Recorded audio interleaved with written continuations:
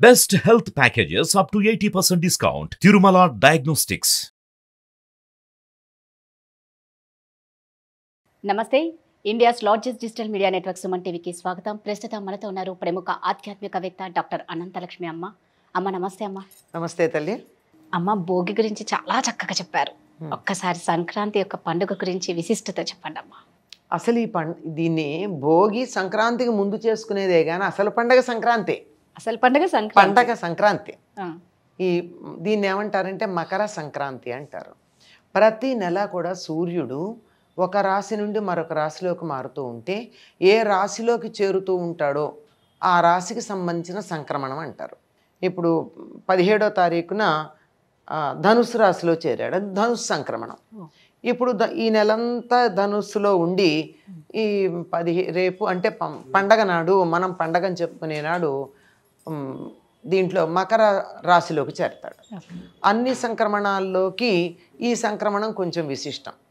ఇదిను దక్షిణాయన పుణ్యకాలంలో వచ్చేది. ఈ రెండు చాలా విశిష్టమైనటువంటివి. ఎందుకు అంటే ఇప్పటి వరకు ఉండేటటువంటిది దక్షిణాయనం, ఈ సంక్రమణం జరిగిన దగ్గర నుంచి వచ్చేటటువంటిది ఉత్తరాయణం. సంవత్సరంలో 6 నెలలు దక్షిణాయనం, 6 నెలలు ఉత్తరాయణం ఉంటాం. దీనిని ఉత్తరాయణ పుణ్యకాలము అంటారు. అంటే ఇప్పటి వరకు దక్షిణాయనం ఉంది, ఇక ఉత్తరాయణం రాబోతోంది. కనుక ఇక్కడి నుంచి అన్నీ శుభప్రదమైనటువంటి రోజులే వస్తున్నాయి, అన్ని వేడుకలు పండుగలే ఉన్నాయి. దక్షిణాయనం అంతా కూడా పితృదేవతలకు సంబంధించింది గనక ఆనాడు అప్పటి వరకు అదంతా కూడా సాధనాపరంగా ఉంటుంది. ఉత్తరాయణం నుంచి దేవతలందరూ ఉద్భవించినటువంటి కాలం, దైవ స్వరూపాలు, రాముడు, నృసింహస్వామి, ఇలాంటి వాళ్ళందరూ మహానుభావులందరూ ఇంకా జన్మించడం జరుగుతూ ఉంటుంది. అటువంటి పుణ్యకాలం గనక దాన్ని చాలా పెద్ద పండుగగా మనం చేసుకుంటాం. సాధారణంగా దక్షిణాత్య భారతీయులు, అందులో దక్షిణాత్యులు, మరీ ముఖ్యంగా చెప్పాలంటే తెలుగు వాళ్ళు, మనం అనుసరించేటటువంటి కాలగణనం చాంద్రమానం. అస్య చాంద్రమానేనా అని ఆ సంవత్సరం పేర్లు అవి చెప్పుకుంటాం మనం. ఆ చాంద్రమానంలో ఉంటూ కూడా మరి చాంద్రమానంలో నెలకి 28 రోజులే ఉంటాయి. అంచేత సంవత్సరానికి ఉండే 365 రోజులు తగ్గుతాయి 11 రోజులు ఎంతో. ఒక్కొక్కసారి 11, ఒక్కొక్కసారి 12 అట్లా. అది అప్పుడు తేదీలు మారిపోతాయి కదా మనకి. కానీ ఋతువులేమో సూర్యుడిని అనుసరించి వస్తున్నాయి కదా, అందువల్ల సౌరమానం కూడా పాటిస్తాం.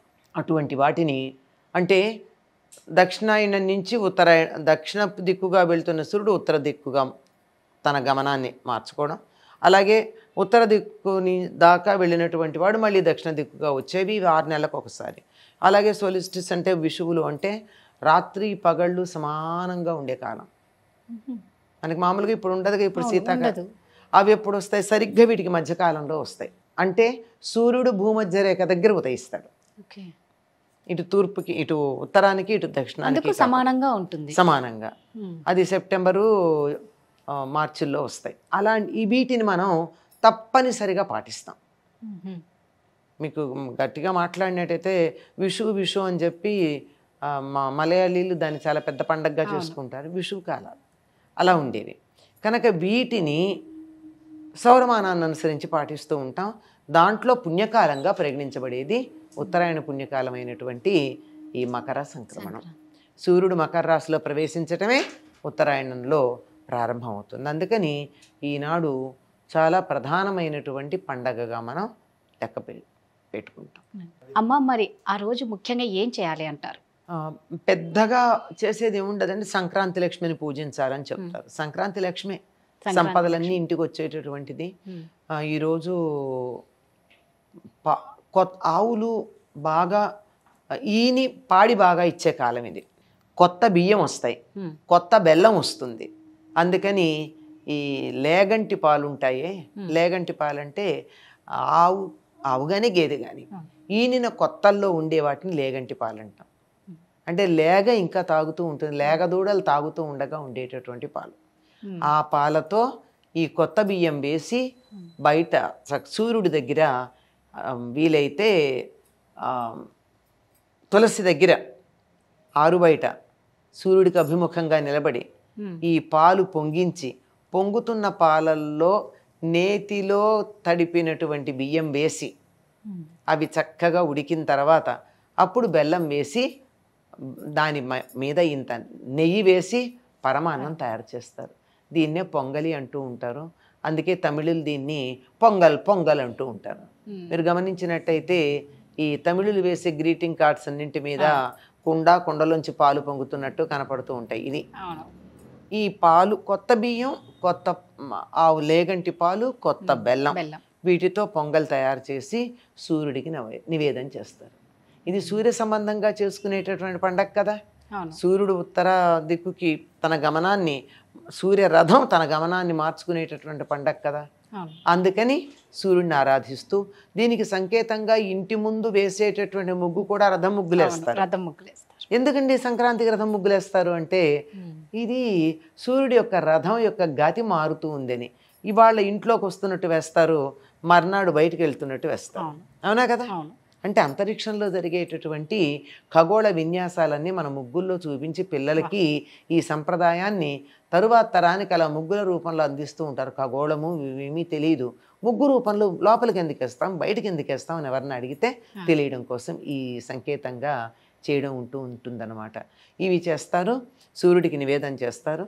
ఈనాడు చేసే పూజ అంటే మామూలుగా కాలస్వరూపుడైనటువంటి నారాయణుణ్ణి లక్ష్మీదేవితో పాటు లక్ష్మీనారాయణ పూజ చేసుకోవడం ఉంది. ప్రత్యేకంగా ఈనాడు సంక్రాంతి లక్ష్మి అనే పేరుతో పూజ చేస్తారు. ఇవి కాక సంప్రదాయం తెలిసినటువంటి వారు దక్షిణాయనం పూర్తి అయిపోతుంది గనక పితృదేవతలకి తర్పణాలు ఇస్తారు ఇవాళ. అందుకే దీన్ని పెద్దల పండగ అంటారు. అందువల్ల కూడా పెద్ద పండగ ఇది. ఈ సంక్రాంతి రోజే ఇస్తారు. సంక్రాంతి రోజు, తరువాత కనుమ రోజు కూడా ఇస్తారు. ఈ కనుము అదొక ప్రత్యేకత. సంక్రాంతి నాడు ఉత్తరాయణ పుణ్యకాలం వచ్చింది కనుక దక్షిణాయనం అయిపోతుంది. ఇంకా పితృదేవతలు వాళ్ళ ఇంటికి వాళ్ళు వెళ్ళిపోతున్నారు కనుక మళ్ళీ 6 నెలల తర్వాత కదా మీరు వస్తారని చెప్పి వాళ్ళకి తృప్తి కలగడానికి తర్పణాలు ఇస్తారు. ఇంకా బాగా పద్ధతి పాటించేటటువంటి వాళ్ళు నువ్వులతో తర్పణాలు ఇస్తారు. ఇంకా కొంతమంది వాళ్ళకేవో లఘువుగా చేసేటటువంటి శ్రాద్ధ కార్యక్రమాలు కూడా చేస్తారు. దానికి సంకేతంగానే చాలా దానాలు చేస్తారు. సంక్రాంతి నాడు చాలా దానాలు చేయాలి. ముఖ్యంగా కూష్మాండ దానం చేయాలంటారు. కూష్మాండం అంటే గుమ్మడికాయ ఎలా ఉంటుందమ్మా, భూగోళంలాగా ఉంటుంది. భూమికి ఏ రకంగా అయితే ఇట్లా రేఖాంశాలు ఉంటాయో అట్లా రేఖాంశాలు ఉన్నట్టుగా ఇలా తొనలుగా ఉంటుంది. అటువంటి గుమ్మడికాయని వాళ్ళ దానం చేస్తే భూగోళాన్ని దానం చేసినంత. అందుకే కదా బలిచక్రవర్తి వస్తాడు దానం చేసినటువంటి వాడని చెప్తున్నాం. అదనమాట. అమ్మ చాలా చక్కగా చెప్పారమ్మా సంక్రాంతి పండుగ యొక్క విశిష్టత. అయితే అమ్మ ఇప్పుడు ఇందాక మీరు అన్నారు కదా సూర్యుడికి కుండలో పొంగలని, అంటే అది ఈ టైం అని ఉంటుందా కరెక్ట్ పూజ చేయడానికి? అమ్మ సూర్యోదయం సమయంలో చేస్తే తృప్తి, అప్పటికి చేయలేకపోతే తర్వాత అయినా చేయొచ్చు. అటు ఇటుగా ఉదయం ఏదైనా సరే పూజలు ఏం చేసినా మధ్యాహ్నం అయ్యాక చేయకూడదమ్మా, లోపల పూర్తి అయిపోవాలంతా కదా. కానీ చాలా మంది ఏదో పని అయిపోయాక చేసుకుందాము అన్న ఉద్దేశంతోనే చాలా లేట్గా కూడా చేసేవాళ్ళం, అయితే చేసేవాళ్ళు ఉన్నారు. చేయకూడదమ్మా. 12 గంటలు దాటాక మనం చేసే పూజల యొక్క ఫలితం అంతా రాక్షసులకి చెందుతుంది. వాళ్ళు బలంగా తయారవుతున్నారు రాక్షసులు. మనం వాళ్ళు బలంగా తయారయ్యేట్టు చేయాల్సిన అవసరం మనకేముందమ్మా. నిజమే, మనం బలంగా ఉండాలి, మానవులు బలంగా ఉండాలి, వాళ్ళు బలహీనపడాలి. కానీ రాక్షస శక్తులు, రాక్షసులు, రాక్షస భావాలు ఇప్పుడు ఎక్కడో రాక్షసులు మనలోనే ఉన్నారు. మనలోనే ఇటువంటి శాడిస్టిక్ ఆలోచనలు వస్తున్నాయి అంటే మనం 12 గంటల తర్వాత చేసిన పూజల ఫలమేమో అనుకుంటాను నేను. అది వ్యక్తిగతమైన అభిప్రాయం. అదే ఏదైనా సరే 12 గంటల లోపల చేస్తే ఆ పవర్ అనేది ఉంటుంది, పూజ యొక్క శక్తి. ఆ శక్తి మనకొస్తుంది, లేకపోతే రాక్షసులకు వెళ్ళి మీరు అన్నట్టు వాళ్ళను బాగా బలంగా ఉంచుతున్నాం. చాలా చక్కగా చెప్పారమ్మా, ధన్యవాదాలు. సంతోషం.